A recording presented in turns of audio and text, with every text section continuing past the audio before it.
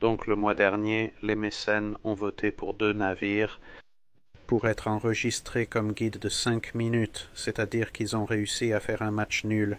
J'ai l'impression que c'était peut-être volontaire. L'un d'eux était l'USS Galena, que vous avez sans doute déjà vu. L'autre était le Her Majesty's Ship Victory, mais c'est le Her Majesty's Ship Victory. Impossible que ce soit juste un guide de 5 minutes. Et donc, je leur ai demandé, et ils ont accepté mon offre, de plutôt que de simplement sortir un guide de 5 minutes pour la victoire, d'aller réellement à Portsmouth et de jeter un coup d'œil à la victoire, de prendre des images de la victoire et de les incorporer dans une vidéo spéciale beaucoup plus longue. C'est ce que vous allez vivre aujourd'hui. J'espère que vous apprécierez. Allons-y. Nous débutons notre première visite au Portsmouth Historic Dockyard en jetant un bref regard dans le hangar à bateau. Un engin de débarquement est en rénovation ici. Et je pense que je pourrais avoir trouvé un fond pour un studio si je fais jamais de vidéo en direct. Un peu grand cependant. De toute façon, nous arriverons bientôt à la victoire, donc malheureusement, les images que j'ai enregistrées à l'extérieur sont pratiquement inutilisables en ce qui concerne l'audio à cause du bruit du vent, mais la voici HMS Victory telle qu'elle se présente en 2019 lors d'une plutôt merveilleuse journée d'été début juin, et vous pouvez voir le fanion là-bas qui va assez substantiellement, et il y a une maquette de la coque là-bas que vous pouvez voir sur le support triangulaire juste devant, et là-bas se trouve le Her Majesty's Ship Queen Elizabeth, ancien et nouveau contrastant assez bien. Et donc nous contournons maintenant la proue du navire, évidemment. Vous pouvez voir ici la forme de la coque, comment elle se gonfle vers la ligne de flottaison, et vous avez le renflement plutôt prononcé typique des navires de guerre en bois du 19e siècle là, belle grosse ancre assise là sur le quai, votre quai aussi, et il y a environ 13 abrupts, nulle part, près d'aussi aiguisé et pointu que, sur des designs ultérieurs venant jusqu'à la proue plutôt élégante, ils ont enlevé la figure de proue pour des travaux de préservation. Et il semble que le soleil soit rentré, le ciel est un gris britannique typique, avec des taches occasionnelles de bleu hérétique, donc là, montons à bord et vous pouvez voir le pavillon blanc flotter là-bas, car le Her Majesty's Ship Victory est toujours un navire en service dans la marine de Sa Majesté. Eh bien, après les incidents sur le Leita, pas de casque de sécurité cette fois, mais oui, c'est la hauteur d'entrée et de sortie, c'est la hauteur de plafond inférieur. Voici à peu près où se trouve la hauteur de mes yeux, et c'est à peu près où se trouve la hauteur de ma tête. Des bosses sont à prévoir alors que nous montons à bord, il est donc important de connaître un peu l'histoire du navire. Le Her Majesty's Ship Victory, navire amiral de premier rang de la Royal Navy, est le plus ancien navire de guerre en service au monde. Au XVIIIe siècle, le navire de premier rang était l'objet technologiquement le plus avancé que l'humanité pouvait produire, et il pouvait aussi se déplacer. Cependant, il n'était pas courant. Les flottes de bataille des grandes marines étaient principalement composées de navires de troisième et quatrième rang, bien que ces derniers disparaissaient peu à peu dans les plus grandes marines. Il y avait aussi des navires de deuxième rang, mais ceux de premier rang étaient rares, occupant la même niche que le superporte-avions actuel.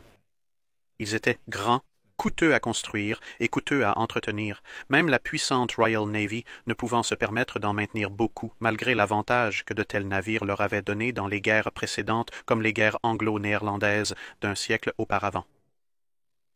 En temps de paix, ils étaient souvent placés en réserve profonde et remis en service seulement si nécessaire.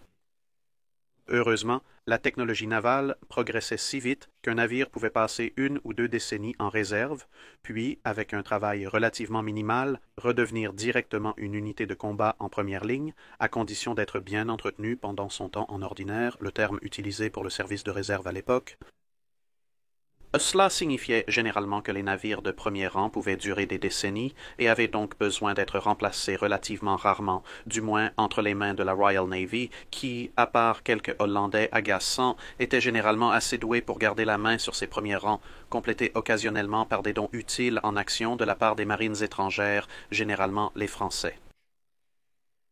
Le nom Her Majesty's Ship Victory a eu une histoire variée au milieu des années 1750. l'époque de la guerre anglo-néerlandaise avait vu un navire de deuxième rang portant ce nom lancé en 1620 qui a duré 70 ans avant d'être démantelé.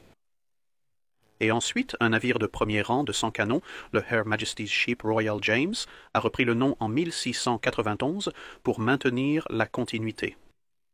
Le navire lui-même a duré un total de 46 ans depuis sa construction avant d'être accidentellement brûlé en 1721, le sort d'un nombre inquiétamment grand de grands navires de guerre au fil des siècles à l'âge de la voile. 16 ans plus tard, un nouveau navire de premier rang, le Victory, avait été lancé, mais après sa mise en service en tant que ce qui s'avérerait être le dernier navire de guerre britannique, armé entièrement de canons de bronze plus coûteux par opposition aux canons de fer produits en masse en développement, elle n'a duré que 4 ans avant d'être détruite dans une tempête et perdue avec tous les hommes à bord lors de son retour d'une opération navale réussie en 1744. Maintenant, 14 ans après cette catastrophe, William Pitt l'Ancien, alors Premier ministre, a passé une commande pour la construction de 12 navires, dont un seul navire de premier rang. La rareté des navires de premier rang peut être illustrée par le fait que, malgré le fait que la Grande-Bretagne ait été impliquée dans de nombreuses guerres majeures au XVIIIe siècle, cette commande était l'une des seulement 10 navires de premier rang qui devaient être construits pendant toute cette période de 100 ans, et l'un d'eux avait été le précédent Victory. Comme la plupart des navires de l'époque, elle devait être un design itératif, avec des premières ébauches basées sur le Her Majesty's Ship Royal George, un autre navire de premier rang qui venait d'être lancé. La tâche de transformer cela en un design détaillé pour le nouveau navire a providentiellement été confiée au maître architecte naval Sir Thomas Slade, qui était également inspecteur de la marine. En tant que navire de premier rang, elle devait porter au moins 100 canons et serait construite à Chatham. La quille a été posée le 23 juillet 1759 et son nom, Victory, a finalement été choisi en octobre 1760. Il est possible, bien que pas entièrement confirmé, que le nom ait été choisi autant pour commémorer 1759, l'Annus Mirabilis ou l'année des miracles, pendant la guerre de 7 ans, que pour continuer la lignée des navires nommés Victory dans la marine royale, car il y avait un peu de mécontentement à réutiliser le nom après un désastre aussi majeur que l'avait été le navire précédent. Il y a aussi une raison plus prosaïque.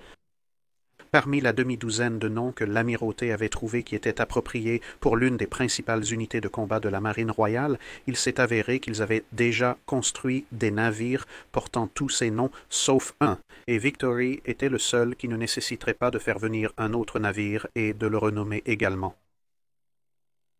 C'est ici qu'une série d'événements très favorables a commencé à se succéder. Tout d'abord, Sir Thomas Slade était un génie de l'architecture navale qui ne se contentait pas simplement d'itérer, mais en fait d'apporter un certain nombre de petites innovations et améliorations au design qu'on lui avait confié. Ensuite, la guerre de 7 ans s'est terminée, donc alors qu'il était courant de construire la charpente du navire puis de laisser le bois vieillir. Disons le printemps et l'été, le ralentissement soudain de la construction signifiait que la Victory resterait couverte et en maturation pendant presque 3 ans, ce qui augmenterait considérablement la résistance de sa structure de base. Elle était finalement prête à partir en mai 1765 à un coût total de 63 176,03.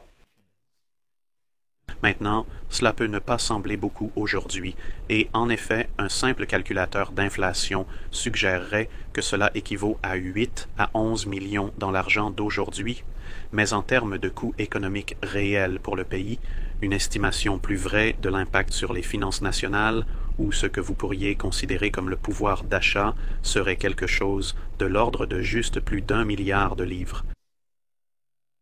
Cela ne veut pas dire que le lancement, ou plus précisément la sortie de la cale sèche, s'est déroulé sans problème. Comme le navire était si grand, les portes de la cale n'étaient pas assez larges pour le laisser passer, ce qui a conduit à une nuit de travail frénétique avec Edses, qui a réduit les portes, suivi probablement de beaucoup de stationnements prudents et de sifflements par l'équipage du chantier naval, afin que personne ne remarque que les portes de la cale plutôt coûteuses ressemblaient maintenant à ce qu'elles avaient été attaquées par le plus grand hamster du monde. Il y a également eu quelques erreurs de construction qui signifiaient qu'elle nécessitait plus de lest pour lui donner une quille équilibrée, et comme pour de nombreux navires de premier rang, les sabords inférieurs étaient assez proches de la ligne de flottaison, à moins de 5 pieds de distance. Cependant, une fois ces problèmes résolus et la guerre pratiquement terminée, il n'y avait guère besoin de maintenir en service un navire de premier rang coûteux, et donc le Victory est entré presque immédiatement en réserve, accumulant des bernacles et des algues sur le lit de la rivière, où un jeune Horatio Nelson, à cette époque un aspirant cadet sans particularité, passait tous les jours tout en apprenant les compétences de base en navigation fluviale. Jusqu'à présent, vous pourriez penser, elle n'a pas montré grand-chose en termes de conception innovante, mais lorsqu'elle a été déplacée, le gigantesque navire de premier rang, même incrusté comme elle l'était, a toujours dépassé ses navires d'escorte. Le travail de Slade avait donné à la Royal Navy l'un des navires les plus rapides jamais construits, capable d'atteindre 11 nœuds, à une époque où la plupart des navires de ligne étaient plusieurs nœuds plus lents, et même certaines frégates avaient du mal à atteindre cette vitesse. Sa taille et sa masse énorme signifiaient également qu'elle pouvait maintenir cette vitesse dans des mers beaucoup plus hautes que la grande majorité des autres navires de guerre. En 1778, son temps de repos prit fin car la France avait rejoint la guerre d'indépendance américaine et une victoire était nécessaire pour résister à d'éventuelles actions de la flotte française. Sa coque était peinte en rouge, bien que cela n'ait aucun lien avec sa vitesse plus rapide autant que je puisse discerner, et sa première cargaison d'armes a été hissée à bord. Le pont inférieur des canons a reçu 30 canons de 42 livres, avec 28 canons longs de 24 livres sur son pont intermédiaire et 30 canons de 12 livres sur son pont supérieur des canons, ainsi que 12 canons de 6 livres sur son pont arrière et son gaillard d'avant. L'armement du pont inférieur des canons a varié de manière spectaculaire au cours des années suivantes, les canons de 42 livres étant très puissants, mais se révélant difficiles à recharger rapidement en mer, ils ont donc été remplacés par des canons de 32 livres. Puis il a été ordonné de revenir aux canons de 42 livres, mais il ne pouvait plus trouver suffisamment de canons plus lourds. Ils sont donc revenus pour un troisième ensemble de changements de canons aux canons de 32 livres, qui donnerait alors au navire la majeure partie de l'armement qu'il utiliserait par la suite tout au long de sa carrière. Examinons maintenant cet armement. Nous débutons à bord du navire, sur le pont des canons du milieu. Vous pouvez voir ici les longs canons de 24 livres. Les affûts de canon standard de la Royal Navy. 4 roues, beaucoup de cordes car vous ne voulez pas que l'une de ces choses se mette à filer à travers le milieu du navire en combat. Donc ces canons auraient constitué l'armement principal de certains des plus petits navires de ligne, certains des plus petits troisième rang et les plus grandes frégates en général. Donc des navires comme le USS Constitution, c'est le genre d'armement lourd principal pour eux, mais sur un navire capital comme le Her Majesty's Ship Victory, un navire de premier rang de la ligne, c'est ce que vous pourriez appeler ultérieurement la batterie secondaire. Il y a quelques boulets de canon là-bas, 24 livres de poids, je me demande si vous pouvez les ramasser. Non, ils sont verrouillés en place. Il y a des sabres pour les actions d'abordage. Et voici les voies d'accès pour monter et descendre les ponts. Vous voyez, les plafonds ici ne sont pas terriblement bas, ce qui est assez agréable. Alors allons-nous avancer. Il y a des écrans de toile ici. Et voici une partie de l'équipement d'artillerie. Donc vous avez votre tige de bélier pour enfoncer le boulet de canon et le rembourrage. Vous avez votre vis sans fin. Ceci est pour retirer des morceaux de rembourrage qui pourraient être coincés dans le canon. Après l'avoir tiré et une belle grande éponge ici pour tasser et éponger beaucoup des morceaux de rembourrage enflammés et toute poudre à canon non dépensée. Donc, vous ne voulez certainement pas, parce que vous ne voulez certainement pas, attendez une seconde, comme je le disais, vous ne voulez pas de morceaux de rembourrage enflammés ou de poudre à canon dans le canon. Quand vous mettez de la poudre à canon fraîche, c'est un moyen facile de perdre un bras, et ici vous avez une corne à poudre. C'est évidemment pour leur permettre de remplir le trou d'allumage qui se trouve sur le dessus du fusil. Juste là, regardons du point de vue d'un artilleur. Le couvercle est quelque peu fermé, ce n'est pas très utile. Nous essaierons de voir s'il y a un autre canon avec un port d'armes ouvert ailleurs, et nous pouvons voir d'après les cordes ici à quel point ces cordes devaient être épaisses pour arrêter le recul. Évidemment, elles doivent être solidement fixées au navire, mais ces canons devaient être arrêtés dans un très très court laps de temps, car comme vous pouvez le voir, il n'y a pas énormément d'espace derrière eux pour le recul. Et en montant sur le pont supérieur, il y a un tambour. Oh! Nous montons tout en haut, manquant le pont des canons supérieurs.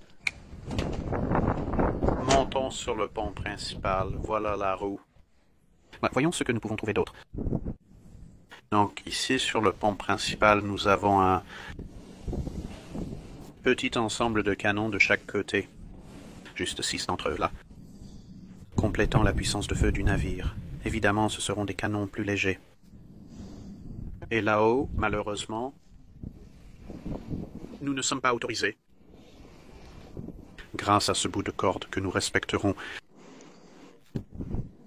les munitions prêtes à l'emploi sont moins vulnérables aux explosions que les types plus récents. Et comme nous arrivons ici, il y a la direction, et c'est ici que Nelson est tombé au combat. Disons il y a 214 ans à peu près.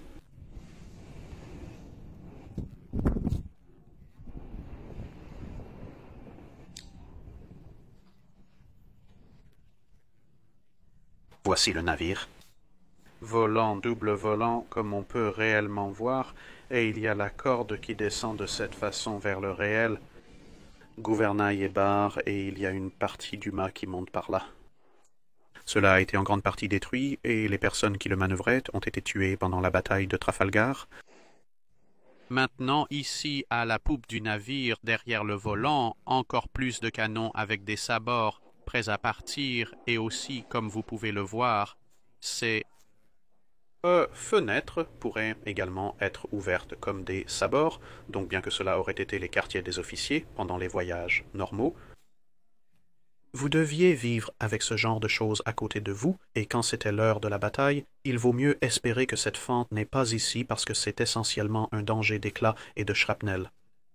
Ce lot aurait été descendu et ceci déployé selon ce que vous combattiez. Lors d'une action de bordée comme à Trafalgar, les tirs seraient passés par ces sabords. Si vous êtes en pleine poursuite, poursuivi, ou devez tirer sur quelqu'un derrière vous, vous pouvez installer les sièges pour tirer à travers ici. Et il y a les petites fenêtres, et il y a la version moderne de la Victory qui se trouve là-bas. C'est un bel effet, là, n'est-ce pas? Voilà comment vous dormirez à bord du navire, du moins si vous êtes officier. Les hommes ont des hamacs. Vous avez ce joli petit lit suspendu. Vous ne voulez sûrement pas d'un lit à moins d'aimer être renversé. Il y a votre petit meuble pliable là, mais vous pouvez voir ce que... Le problème avec le ratissage est qu'un boulet de canon le traverserait facilement car ce verre ne l'arrêterait pas vraiment. Ce ne sont que... Non, n'essayez même pas de stopper un boulet de canon avec ça. Il n'y a pas grand-chose pour l'empêcher de traverser le pont principal, alors sortons à nouveau. Donc, en regardant à travers le navire, il y a le bateau du navire. Je ne sais pas ce que vous pouvez voir là-haut. Je ne peux pas l'enlever de ma tête. Vous avez la ventilation ici, et c'est aussi là que les hommes monteraient et descendraient. Évidemment, s'il était ouvert, il n'y aurait pas de verre là, historiquement parlant. Là, à notre droite, se trouve Victory 300 ans avant sa construction. L'ancêtre Mary Rose repose tranquillement dans son musée. Nous verrons un autre jour. Ce temps est vraiment assez mauvais. Descendre en dessous. Aller au pont des canons supérieurs depuis le haut. Écoutez, ce n'est pas le plus... Je ne suis pas certain des étapes à suivre, mais je pense pouvoir m'y adapter. Malheureusement, le vent soufflant fortement à travers les écoutilles rendait l'audio quasiment inutilisable à ce moment-là. Ici, vous pouvez voir les hamacs utilisés par l'équipage. Ceci est sur le pont supérieur des canons et ensuite, alors que nous passons, ce sont les canons de 12 livres qui composent. ce qui est effectivement la batterie tertiaire du navire, mais serait l'armement principal des frégates légères, disons de 6e rang, et la batterie secondaire sur les frégates lourdes et sur les petits navires de ligne, ces longs canons de 12 livres juste ici.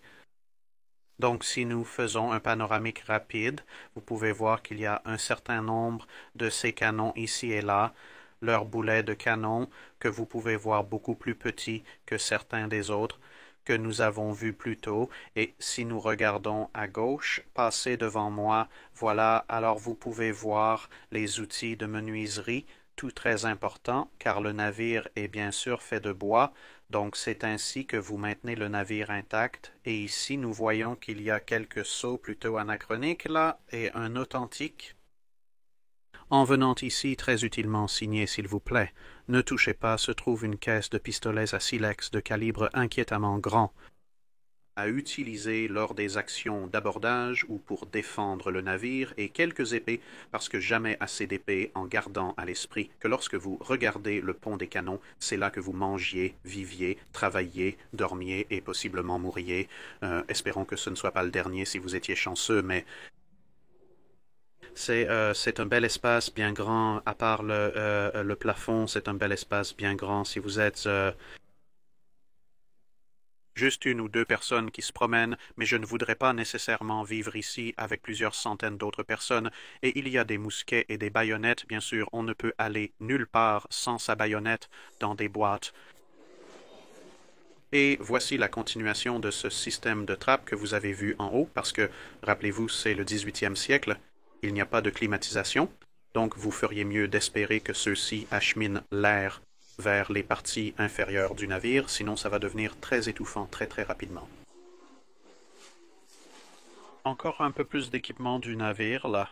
Des pics d'abordage, également efficaces pour repousser les abordeurs, et de la poudre à canon, je pense, pour les canons de 12 livres. Ah, voilà, des boîtes de mitraille de service en mer pour les canons de 12 livres. Voici à quoi ressemble une boîte de mitraille avant de se transformer en une énorme cartouche de fusil volante. C'est l'une des choses les plus importantes pour un navire endommagé au combat. Beaucoup de seaux et une pompe. Vous vous demandez peut-être, eh bien, attendez une minute. Nous ne sommes pas sur le pont supérieur. Où diable va cette pompe? Eh bien, cette pompe descend beaucoup plus bas dans le navire, sous la ligne de flottaison. Nous sommes maintenant, comme vous pouvez espérer voir malgré l'éblouissement. Là-bas, nous sommes bien au-dessus de la ligne de flottaison et en bataille. Vous ne voulez pas vraiment cela sur le pont supérieur? Sur le pont principal, désolé, parce que vous allez juste obtenir ceci va être tiré loin, tous les gens dessus vont être tirés loin. Donc c'est à peu près le meilleur endroit pour cette pompe à eau hors du navire, dans les seaux à travers les sabords de tir. Et un autre tambour pour les aider à garder le rythme pendant la bataille. Nous allons maintenant dans la partie arrière du navire, et cela dans l'obscurité fait partie des quartiers de l'amiral à l'étage, pour plus de divertissement public, et probablement gardé par le premier officier, quelque chose comme ça à ces cabines latérales que vous ne pouvez pas voir parce qu'elles sont bloquées. Nous allons entrer dans les quartiers de l'amiral dans une seconde où il y a actuellement une discussion en cours. Donc, nous sommes désolés, nous attendons juste qu'ils finissent. Et ici, sur le côté du navire, se trouve l'un des toilettes du navire. Un petit espace fermé qui pourrait probablement devenir un peu chaud par temps ensoleillés, j'imagine. Et puis, en sortant, vous entrez dans la cabine de jour de Nelson. Voici son bureau où il écrivait des lettres pour rentrer chez lui. Un joli vieux tapis, un siège plutôt usé. C'est ici qu'il aurait effectué la plupart de ses affaires pendant la journée, et il y a quelques cartes et plans. Veuillez bien sûr ne pas toucher. L'autre toilette est par là, et voici la cabine à manger pour l'amiral Nelson. Vous pouvez le constater, il avait généralement des invités. Si vous ne voulez pas aller jusqu'à la poupe, il y a des toilettes là-bas. Et voici où dort Nelson. C'est le summum du chic sur ce navire. Un autre élément plutôt important de l'équipement du navire, une meule pour garder vos épées, enfin garder votre épée, aiguisée, et pour affûter tous vos autres instruments métalliques. Remarquez l'emblème sur les canons George Rex, parce que bien sûr c'est de l'époque des rois Georges. C'est très important, vous ne voulez pas égarer votre fusil, et si vous égarez votre fusil, alors vous pouvez aussi découvrir où il est passé, à qui il appartenait, et là-bas, tout ce qui n'est pas bon par grande boîte est le Mélonaster 1033. Alors maintenant, nous allons redescendre sur le pont du 24 livres. Nous sommes sur le pont du 24 livres, où vous pouvez voir les boulets de canon. Les canons ont légèrement augmenté en taille. Le pont sur lequel nous sommes entrés. Les canons sont nettement plus massifs. Et oh, regarde, encore plus de mousquets. Qu'avons-nous ici? Eh bien, voici les coffres de mer des hommes, également des sièges improvisés, et les tables de messe où ils s'asseyaient. Évidemment, beaucoup de choses sont faites de bois et de métal de corne. Évidemment, elles ne tendent pas à durer très longtemps en mer lorsqu'elles sont en fines portions, comme on pourrait le trouver sur le côté d'une tasse ou dans une assiette. Vous verrez que ces choses sont un peu plus durables. Et ici, nous avons la cuisine.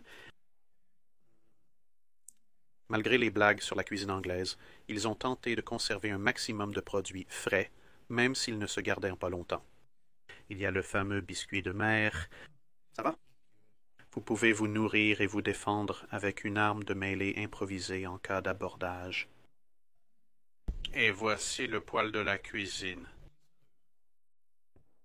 Quand je remarque que ceux-ci sont encore en cuivre, en partie à cause des problèmes de rouille, mais aussi vous devez vous assurer de garder le navire aussi exempt d'étincelles que possible. La poudre à canon nécessite l'utilisation de cuivre pour éviter les étincelles, contrairement au fer ou à l'acier. Cependant, certains éléments doivent être en acier, car une tige en cuivre ne resterait pas intacte très longtemps. Je pense que je vais passer. Voici la proue du navire avec les derniers canons, le dernier étant orienté vers tribord. Ce canon est probablement orienté à environ 30 degrés vers tribord. Et puis il y a une autre sabord qui vous amène à faire face presque vers l'avant, des canons de chasse, et vous pouvez voir ici le beau prédescendant, donc il descend à travers le pont supérieur des canons, maintenant sur le pont médian des canons. Nous pouvons faire le tour pour faire face au pont des canons du côté bâbord, et en descendant à nouveau du côté bâbord, vous pouvez voir le poêle de la cuisine. C'est un morceau de machinerie assez complexe, mais quand on considère combien de personnes il nourrissait sur ce pont et peut-être d'autres, selon où les autres étaient en action, ce n'est pas vraiment surprenant. Il y a la cheminée pour ça. Nous allons maintenant descendre sur le pont inférieur des canons, et c'est là que les choses deviennent vraiment intéressantes. Et les boulets de canon ont encore augmenté de taille, il fait assez sombre ici, bien que, encore une fois, pas aussi grand que les 64 livres ou les 68 livres, les caronades de toute façon, voici les hamacs. Eh bien, voici où ils se trouvent pour l'instant, les hamacs. C'est le logement typique pour votre marin moyen. Et ici, vous pouvez voir avec des hamacs suspendus à travers celui-ci et des aliments à côté, ce sont l'extrémité affaire de la victoire. Ce sont les canons longs de 32 livres. Ce sont les choses qui peuvent fracasser la coque de n'importe quel navire connu à la fin du 18e et au début du 19e siècle. On les trouve généralement seulement sur les navires de guerre de premier rang, les navires de deuxième rang, certains des troisième rang plus grands, et ce sont ces canons qui feront la majorité de l'exécution lorsqu'il s'agit de grandes batailles de flotte, et ce sont aussi ces canons qui donneraient à certaines des plus grandes frégates rases certains degrés d'avantage sur leurs cousins construits en frégates plus réguliers, parce que sur les plus grands 74 qui ont été réduits à des frégates rases, ils conserveraient ces armes monstrueuses, sur leur pont d'artillerie inférieur qui surpasserait de manière substantielle toute frégate normale, qui avait une batterie principale de 18 ou 12 livres, et même encore surpasser le genre de frégate lourde d'Endymion et de Constitution, et tout ce genre de choses, avec leurs armements principaux de 24 livres. Vous pouvez voir que le pont est substantiellement plus large ici, c'est probablement le point le plus large sur l'ensemble, peut-être celui-ci, et le pont inférieur suivant. Et il y a une autre pompe ici. On ne peut pas se passer de trop de pompes. Et un morceau de mécanisme plutôt intéressant là. Voilà, c'est un ensemble de pompes beaucoup plus grand, je crois. Et il y a un mât, je pense que c'est ce que c'est, le mât principal, oui, c'est le milieu des trois, le plus grand des trois, qui descend à travers le navire, juste en avançant. Désolé, nous allons à l'arrière. Donc, nous allons à l'arrière, voici le mât arrière. Et contrairement au pont de canon supérieur et moyen, il n'y a pas de logement ici à l'arrière de le navire, c'est juste un pont de canon tout le long, presque de l'avant à l'arrière. Il y a certains des effets de la croisière, charge de poudre à canon, corde de rechange. Et... Et avec cela dit, voyons si nous pouvons découvrir où nous allons descendre encore plus loin. Cabestan pour le bobinage manuel. Les bâtons pour cela seront autour d'ici quelque part. Vous pouvez voir l'échelle pure de certaines des cordes qu'il devait faire. C'est une corde assez grande, je dirais. Et donc, en descendant du pont inférieur des canons, c'est le site qui me confronte. Je pourrais avoir besoin de me baisser un peu. C'est le pont tout up où se trouve le poste de pilotage du chirurgien. Il y a divers dispositifs médicaux, etc. Et logement, c'est sous la ligne de flottaison pour des raisons évidentes. Vous ne voulez pas finir par avoir à combattre dans une bataille et ensuite avoir votre propre section médicale détruite pendant que vous recevez un traitement. Donc toutes les victimes sont amenées sous le pont. Donc Nelson a été amené à travers tous les ponts de canon. À ce niveau, ce n'est évidemment pas une partie de la section du pont médical. C'est le stockage de fromage très vital, je dois admettre, presque aussi vital que le pont médical lui-même et une charge de beaux tonneaux. Nelson aurait été coincé dans l'un de ces tonneaux remplis d'alcool pour son voyage à la maison. Il y a les quartiers arrière. Et bien sûr, les merveilleux instruments impliqués dans la tentative de garder les gens en vie principalement en enlevant des membres parce que les cannibales ne font pas de très belles choses aux membres. Et oui, comme ça, et ici, juste en avant du poste de pilotage du chirurgien sur le côté bâbord du navire, c'est l'endroit où Nelson a rendu son dernier souffle à la fin de la bataille de Trafalgar. Cet endroit aurait été rempli d'hommes blessés hurlant à l'époque. Plutôt sombre, pas exactement le plus bel endroit pour mourir, mais relativement calme malgré tout, à part évidemment les hommes eux-mêmes. Un endroit plutôt sinistre pour être honnête, et ici nous avons une partie du magasin principal du navire, entièrement plaqué de cuivre, encore une fois pour prévenir les étincelles. On verra plus de cela plus tard. Il fait totalement noir ici car il n'y a évidemment pas de hublot sous la ligne de flottaison, mais vous pouvez voir une partie de la structure, la massive structure en bois du navire, et les sangles en fer qui ont aidé à tout maintenir ensemble, parce que oui, le bois fait autrement des choses comme ça. Mais ce sont des bois énormément épais conçus pour supporter le poids du navire.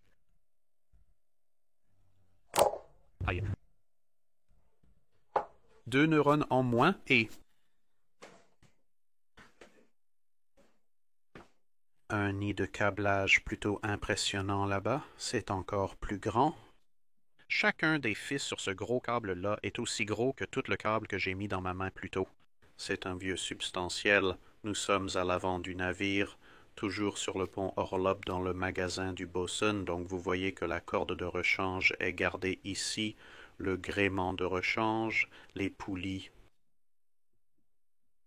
haches et hachettes. Tout cela est très important car beaucoup de ces choses seraient endommagées ou détruites au combat, donc il est toujours important d'avoir des remplacements. Échelle variable. Et le texte aborde les échelles variables humaines, l'une des avancées de la Royal Navy pendant cette période. Première ligne de production qui pourrait produire des produits uniformes pour ce genre de choses, parce qu'il y en a énormément qui entrent dans la composition du gréement d'un navire. Et le problème avec la sculpture à la main de tous ces éléments est que, premièrement, cela prend une éternité, et deuxièmement, ils sont tous légèrement différents, ce qui peut entraîner toutes sortes de problèmes intéressants. Mais disons que la Royal Navy a réussi à mettre en place une ligne de production de masse pour ces choses, garantissant qu'elles sont toutes de la même taille et de la même forme pour une catégorie donnée et donc interchangeable, ce qui est très très utile. La logistique, c'est le domaine d'étude des experts. Ce que nous avons à venir ici, il y a un peu plus de cordes là. Plus de stockage. Je jure que mon 2 va me tuer après ça. Encore plus d'épées et une tonne de mousquets de modèle naval. Légèrement plus courtes, celles-ci, comme vous pouvez le voir, elles ne sont pas tout à fait aussi grandes que moi, en fait probablement à hauteur d'épaule sans les baïonnettes attachées. Et oui, donc c'est ici qu'il travaillait sur plus de magasins de Bosco. Très joli petit endroit ici. Il y a le grand mât qui descend par là. C'est vraiment très calme, trompeusement calme, surtout compte tenu de ce que le temps est là-haut. Voici le magasin du charpentier. Outils de charpentier, des coins très importants, des marteaux.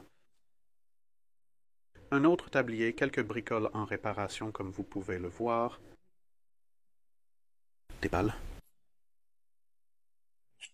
J'ai probablement écopé des choses pour une voiture chaude, car vous pouvez voir que tous les ponts sont bouchés et durs, les garder étanches. Et regardez un autre danger pour les cellules cérébrales. Voyons si nous pouvons descendre encore plus bas. Nous sommes maintenant dans les entrailles même du navire. Vous pouvez voir les bois soutenant la coque extérieure. C'est le fond du navire dans l'obscurité. Voici le lest du navire, très important pour le maintenir droit. Des tonneaux de provisions, d'eau, de nourriture et de presque tout ce qui est imaginable. Évidemment, tout est très lourd, ce qui aidera à maintenir le navire lesté. Il y a la quille du navire, s'étendant sur toute la longueur de l'aviron et à l'arrière. Plus de la structure du navire. Eh bien, si vous descendiez cet ensemble d'échelles, vous seriez juste en bas de la coque, mais nous ne sommes pas autorisés à le faire. Alors, voyons ce que nous pouvons trouver d'autre ici, dans l'obscurité mal éclairée. Et ici, il y a un stockage de munitions, quelques exemples sont des différents types de tirs qu'ils utilisent. Vous pouvez voir qu'il y a des mitraillettes, des boulettes de barre de différents types. Ces objets ressemblent à des haltères classiques et modernes, mais ce sont en réalité des boulettes de barre. Donc, il y a des boulettes à chaîne, vous pouvez voir les divisions là, et des boulettes rondes classiques, tous stockés ici. La raison en est que cela fait partie du magasin du navire, que nous verrons dans une minute. Ce n'est pas la photographie au flash qui est interdite ou pas la photographie des lèvres. Il y a quelques plans légèrement plus nets du lest, des réserves, de la base du navire. Il y a la quille. Allons. Voyons ce que nous pouvons voir d'autre. Oh, regardez plus de cordes, quelle surprise! Et ici, vous pouvez voir une forme de subdivision interne. Je veux dire, ce n'est pas la cloison la plus épaisse du monde.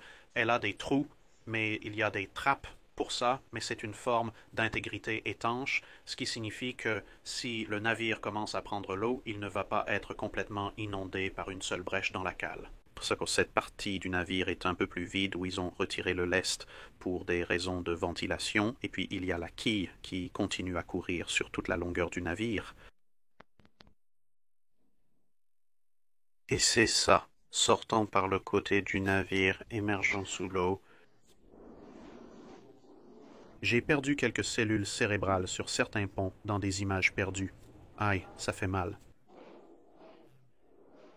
Il s'avère que ma tête n'est pas aussi bien protégée que les boiseries structurelles d'un navire de premier rang qui l'aurait cru. Le nouveau support est installé. Le navire est désormais bien soutenu. C'est clairement un des trous de ventilation convertis en entrée pour la boutique de souvenirs. Et c'est un spectacle assez agréable. Sur le flanc du bateau là-bas, je crois. Montons à bord.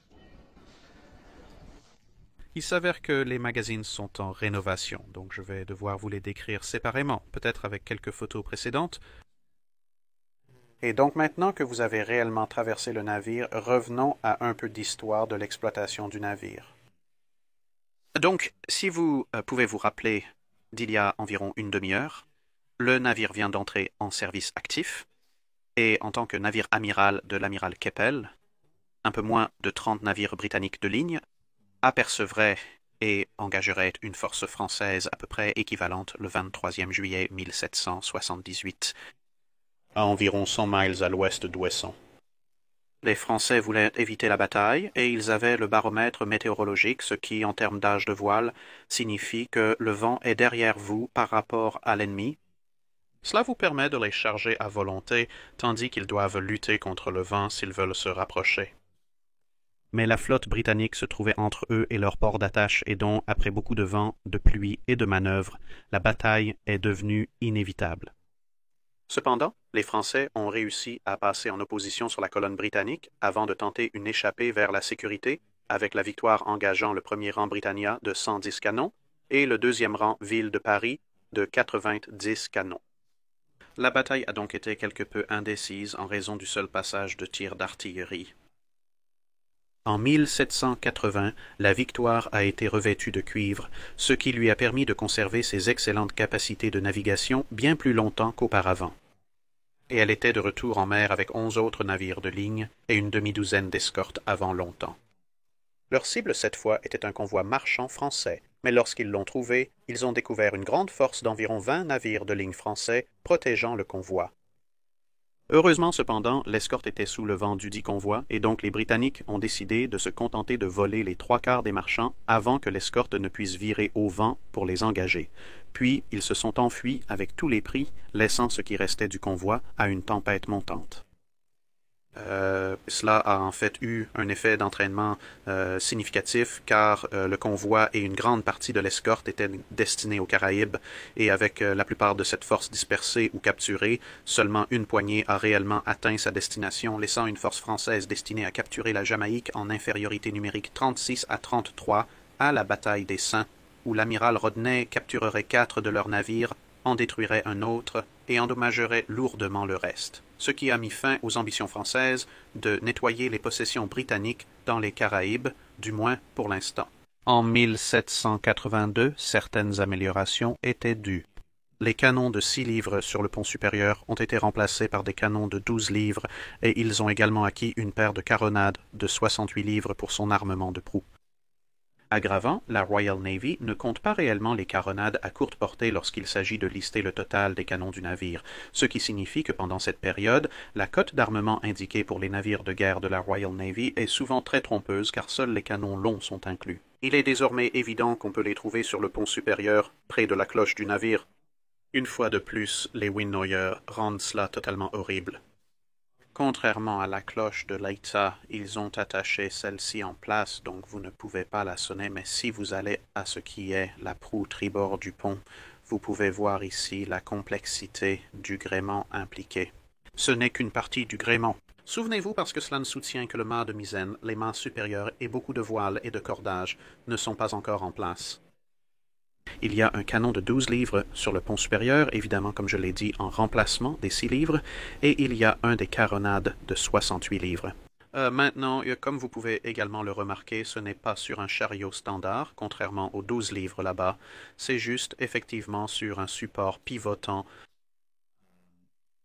Il a un recul plutôt vicieux, même s'il s'agit évidemment d'une charge légèrement réduite. Et là, vous pouvez voir qu'il a ces petites roues de tourillon qui permettent au canon d'être dévié en utilisant ses cordes à gauche et à droite, lui donnant un degré de manœuvrabilité assez équitable par rapport aux 12 livres ici qui avancent et reculent effectivement juste.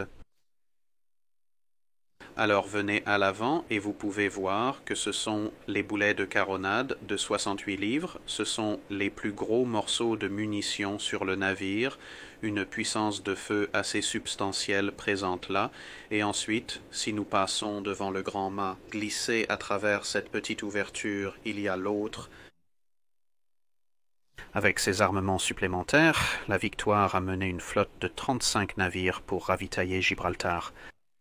La force de blocus franco-espagnol était de 49, mais une puissante tempête les a dispersés en détruisant un, en voyant un autre s'amuser sous le feu de Gibraltar et en voyant un autre être soufflé net dans la Méditerranée. Les Britanniques se préparaient à repartir après un ravitaillement ininterrompu lorsque 38 navires ennemis ayant réussi à rester groupés sont apparus. Grâce au cuivrage de la flotte britannique, la force de combat et les marchands partants ont pu s'échapper vers leur pays sans beaucoup d'actions engagées. Cela s'expliquait par la priorité accordée à la protection du convoi de ravitaillement des marchands plutôt qu'à la lutte contre les Espagnols. Victory resterait le navire amiral de la flotte méditerranéenne pendant les 2 années suivantes, attaquant l'arsenal français à Toulon, puis étant impliqué dans une action au large des îles Hieres, je pense, H-I-E-R-E-S, avec un accent étrange au-dessus du E du milieu de toute façon, où une force britannique beaucoup plus grande a rencontré une flotte française d'environ 60% de sa taille, grâce en grande partie au maintenant capitaine Nelson à bord du Her Majesty's Ship Agamemnon, qui avait été détaché avec une force de frégate en reconnaissance, puis a détecté et signalé la flotte française au reste de la flotte. Bien que la bataille ait été terminée prématurément par l'amiral Hotham à bord du Her Majesty's Ship Britannia, signalant à ses navires de se replier après s'être inquiétés qu'ils se soient trop dispersés dans la poursuite, au moment où l'ordre a été donné, le Her Majesty's Ship Victory avait réussi à prendre de l'avance sur le reste de la flotte en compagnie des navires de 74 canons, Her Majesty's Ship Culloden et Her Majesty's Ship Cumberland, et s'amusait à tirer sur l'arrière de la ligne française. 2 autres années s'écouleraient jusqu'à ce qu'en 1797, la Victoire arbore le drapeau de l'amiral Sir John Jervis. En raison d'autres revers en 1796, les Britanniques étaient contraints de se retirer de la Méditerranée, et Jervis avait donc placé ses 10 navires au large du cap Saint-Vincent pour empêcher les Espagnols de perturber le capitaine Nelson, et le voilà encore, qui était en charge de l'évacuation d'Elbe. Après l'évacuation, Nelson, sur le Her Majesty's Ship Minerva, a navigué vers Gibraltar, où il a appris que la flotte espagnole était passée peu avant. Il s'est immédiatement mis en route pour informer Jervis, tandis que la flotte espagnole, qui ne semble jamais avoir la faveur des dieux de la météo, avait été déviée de sa route par de forts vents et essayait de retourner à Cadix. Le Her Majesty's Ship Minerva a profité de la nuit et du brouillard pour traverser la flotte ennemie sans être détecté et rejoindre Jervis le 13 février. Avec l'arrivée des renforts, Jervis disposait maintenant de 15 navires de ligne. Cependant, grâce au brouillard protecteur, Nelson pouvait seulement dire qu'il y avait une flotte espagnole, sans pouvoir en déterminer la taille. Avec les navires britanniques en 2 colonnes, la formation s'abattait sur les Espagnols, le capitaine Calder faisant rapport à Jervis, alors que de plus en plus de voiles apparaissaient à l'horizon. « Il y a 8 voiles de ligne, Sir John. »« Très bien, monsieur. »« Il y a 20 voiles en vue, Sir John. »« Très bien, monsieur. »« Il y a 25 voiles de ligne, Sir John. »« Très bien, monsieur. »« Il y a 27 voiles de ligne, Sir John. » Cependant, Jervis n'était pas l'amiral Hotham et a coupé les rapports supplémentaires avec ce qui suit. « Assez, monsieur, pas plus que ça. » Le sort en est jeté, et s'il y a 50 voiles, je passerai à travers elles. Cela a animé un officier canadien à proximité pour répondre « Bien, c'est vrai, monsieur John, et par Dieu, nous leur donnerons une sacrée bonne raclée. » La flotte espagnole a été prise au dépourvu en 2 groupes et ne pouvait pas tout à fait y croire, alors qu'une flotte de la moitié de leur taille fonçait sur eux avec toutes les voiles déployées, totalement insouciante ou du moins donnant une bonne impression de l'être. Jervis a ordonné former une ligne de bataille devant et derrière la Victoire comme c'est le plus pratique. Une fois cela fait, seuls 2 autres signaux seraient tissés. Engager l'ennemi suivi 15 minutes plus tard par l'amiral a l'intention de passer à travers les lignes ennemies. Utilisant la vitesse supérieure de son navire et sa puissance de feu impressionnante, Jervis a conduit la Victoire et le reste de la flotte entre les 2 forces espagnoles sur la théorie que puisque cela permettait à ses navires de tirer leurs 2 larges côtés en même temps, logiquement bien sûr, cela doublait sa puissance de feu et donc cela équilibrerait les chances. Les navires espagnols ont tenté de couper la ligne britannique lors de leur passage, mais la Victoire a balayé 2 larges côtés complets dans le Principio Asturias, de 112 canons qui menait l'effort avec un effet si dévastateur que, pour citer Jervis, elle a carré ses voiles, s'est échappée de la bataille et n'est pas revenue. Il a ensuite ordonné à sa flotte de faire demi-tour pour affronter la plus grande force espagnole afin que les deux éléments de la flotte ennemie se réunissent. Cependant, une confusion est survenue car un commandant de division n'a pas obéi immédiatement. Cependant, Nelson, qui avait rejoint son poste réel à bord du Her Majesty's Ship Captain, a compris l'intention des ordres de Jervis et a ordonné à son navire de virer immédiatement à tribord et de se diriger vers la mêlée.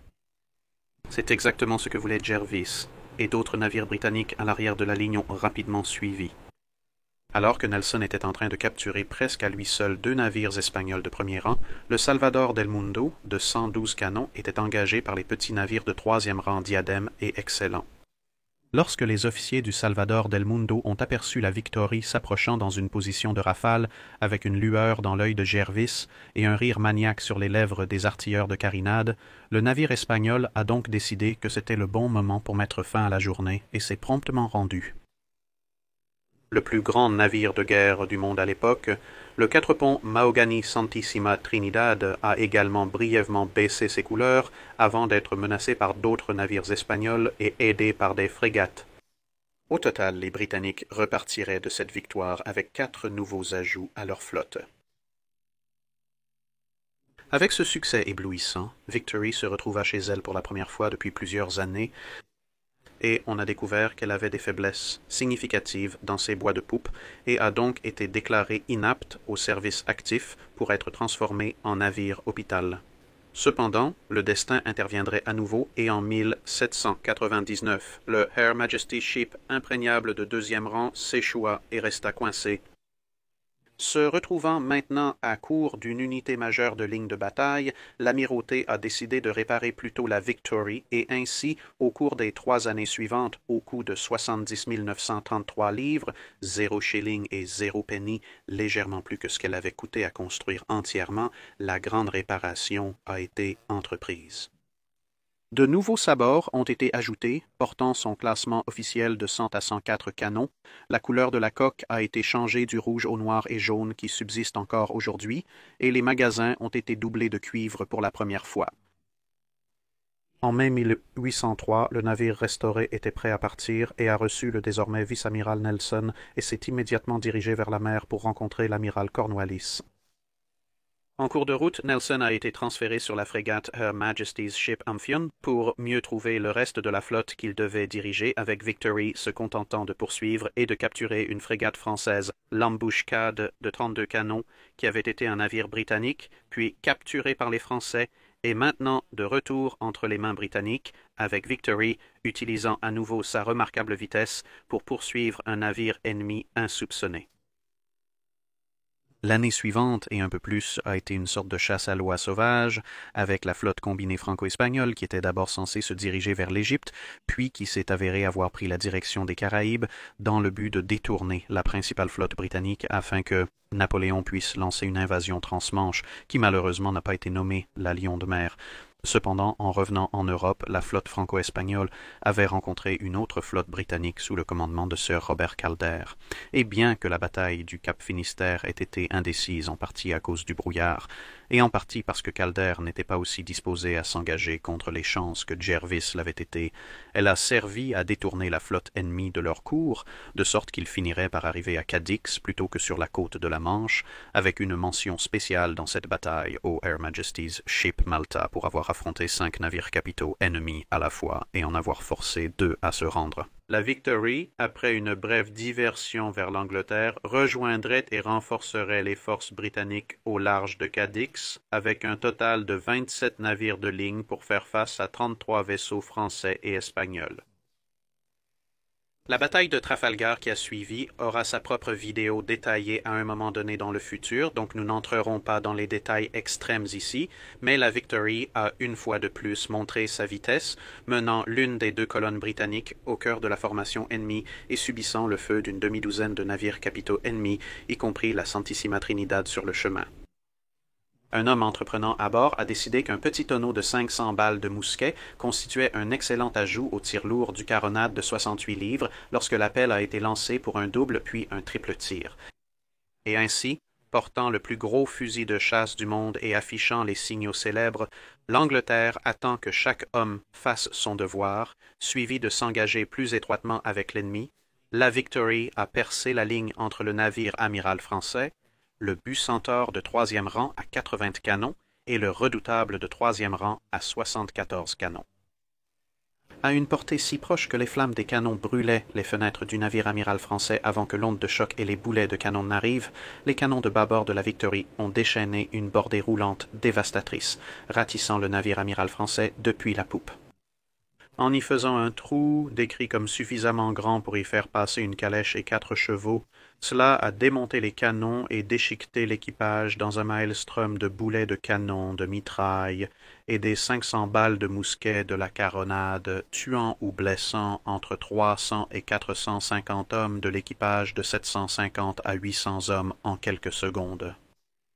Le nombre exact de victimes et le total de l'équipage dépendent du rapport auquel vous croyez.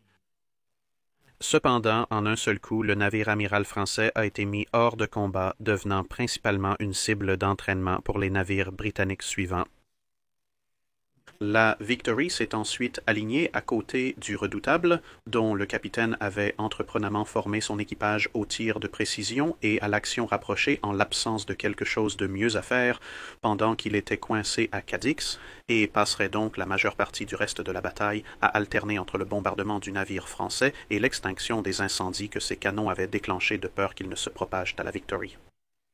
Alors que les Français se concentraient sur le dégagement du pont principal de la Victory avec des tirs d'armes légères, Nelson a été mortellement blessé par un tireur d'élite dans les mâts du Redoutable et emmené en dessous, le navire français finissant par abandonner le combat lorsque le Her Majesty's Ship Téméraire est passé à côté et a balayé la plupart de l'équipage français qui se rassemblait sur le pont.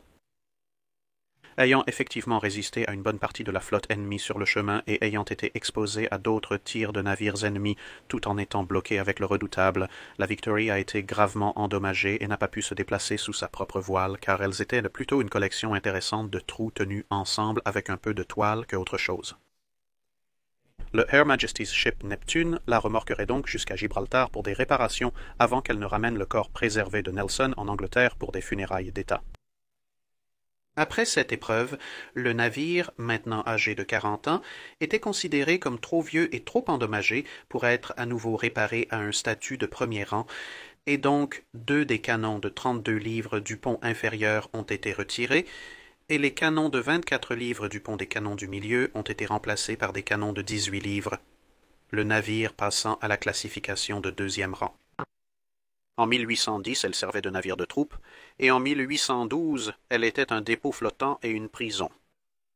Toutefois, en 1814, elle a subi des réparations majeures, notamment l'utilisation du renforcement en fer, vu précédemment dans les vidéos, pour consolider certaines poutres.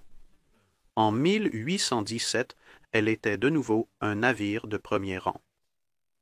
Mais 5 ans plus tard, en 1822, l'émergence de nouveaux navires de premier rang, la classe Caledonia, qui ironiquement était directement basée sur l'excellent design de Victory, l'a reléguée à un navire de garde et navire amiral pour l'amiral de port à Portsmouth. D'ici 1831, avec une pénurie de bois pour les grands navires, l'amirauté voulait démanteler le navire et réutiliser ses cadres bien vieillis dans d'autres vaisseaux. Suite à une vive controverse publique, ce plan a été abandonné et elle est restée amarrée, ouverte aux visites civiles.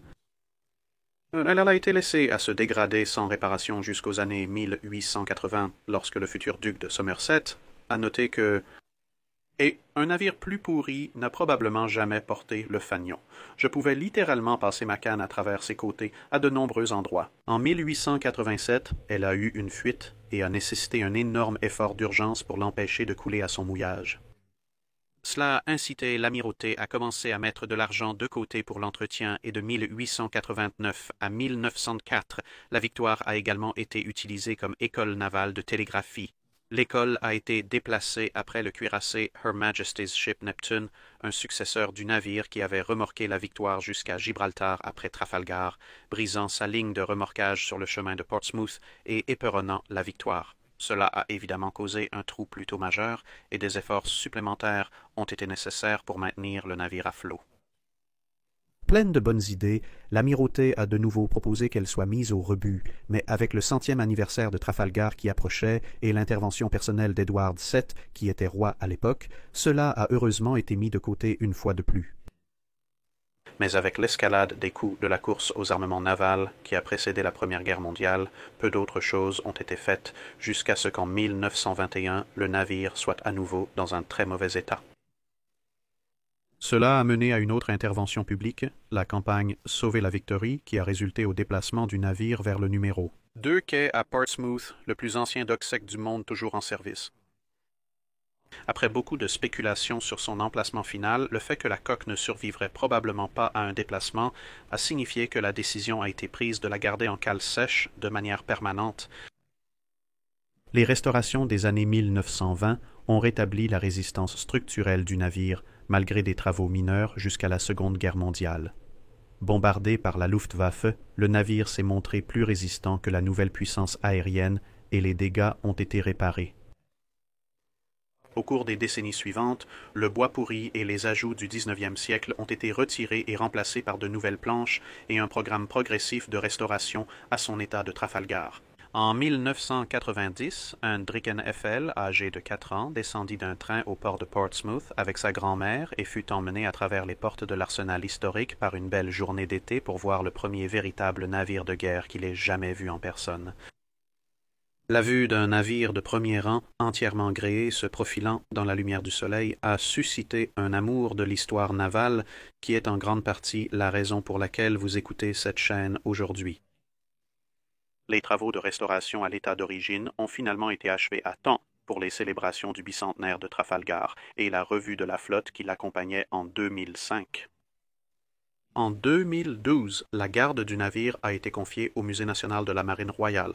Bien qu'il soit toujours en service actif, il est désormais possible de prendre des photos à bord, ce qui était auparavant interdit.